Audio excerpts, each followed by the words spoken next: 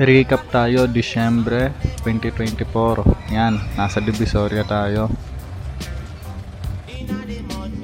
Pagbalik natin si Stol sa Cubs, ayan na, kasama na natin si Boy ang alamat.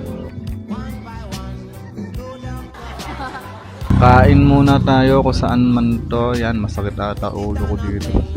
Yan, pagbalik natin si Stol, ayan na yung mga wild dogs. Yun o, nagsasayaw siya.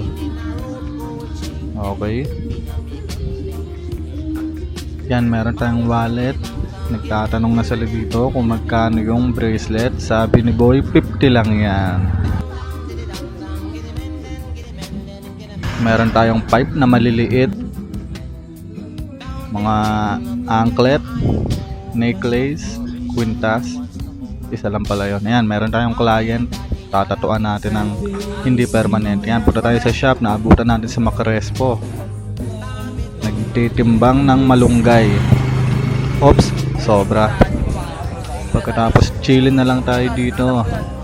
Kasama natin sa Macrespo. Okay pa siya dyan, oh. Yan, maya maya pagka uwi, ayan na, pukin ng ina, oh. Hindi nga na daw kaya. Sagad na naman ang tolerance na Macrespo. Okay.